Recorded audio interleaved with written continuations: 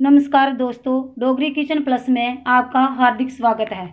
आज हम बनाने जा रहे हैं देसी बड़ियाँ, जो कि हमारे डोगरों की घर होती है। ये है देसी बड़ियाँ, जिसको बड़ियाँ आल की बड़ियाँ, ये मेरी सासू माँ ने दी थी मेरे को। ये है मटर, थोड़े से मैंने आलू ले लिए हैं छील के अच्छे से, और नमक लिया है, हरी मिर्च ली है, प्याज लिया है, और बारीक काट के टमाटर ले लिया है, अदरक और लहसुन का पेस्ट ले लिया है, जीरा ले लिया है, और हल्दी और लाल मिर्च ले लिए। चलिए अभी हम बनाना शुरू करते हैं। अब हम अपनी गैस को ऑन कर देते हैं और गैस के ऊपर कढ़ाई चढ़ा देते हैं गर्म होने के लिए। हमारी कढ़ाई गर्म हो चुकी है।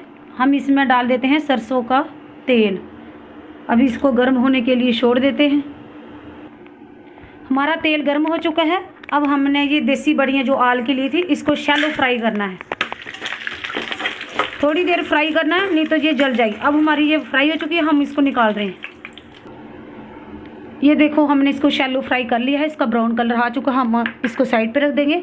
अब डालेंगे उसी तेल में डालेंगे जीरा, उसके बाद डालेंगे हम प्याज। हम इस प्याज को ब्राउन होने तक भूनेंगे।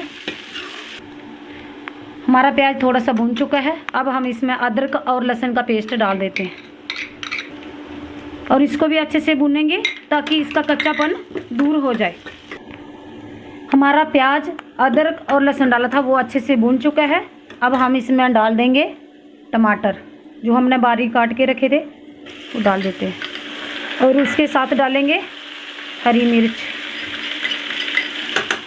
और डाल देंगे नमक, ताकि टमाटर जल्दी गल जाए और अच्छा सा टेस्ट है। टेस्ट के अकॉर्डिंग नमक डालना है। अब हमारा टमाटर का पेस्ट अच्छे से गल चुके हैं, टमाटर गल चुके हैं। अब हम लाल मिर्च और हल्दी डाल देते हैं इसमें और इसको अच्छे से भूनेंगे ताकि इसका कच्चापन दूर हो जाए।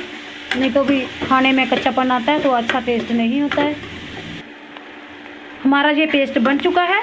अब हम ये मटर डाल देंगे। ये मैंने 2 धाके रखे थे, ये मटर डाल दिए। अभी 2 आलू मैंने छील के काट के रखे थे, अब इसको भी डाल देंगे।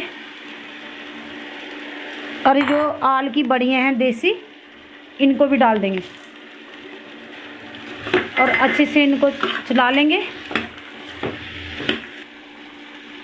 अब हमारा ये अच्छे से भून चुका है।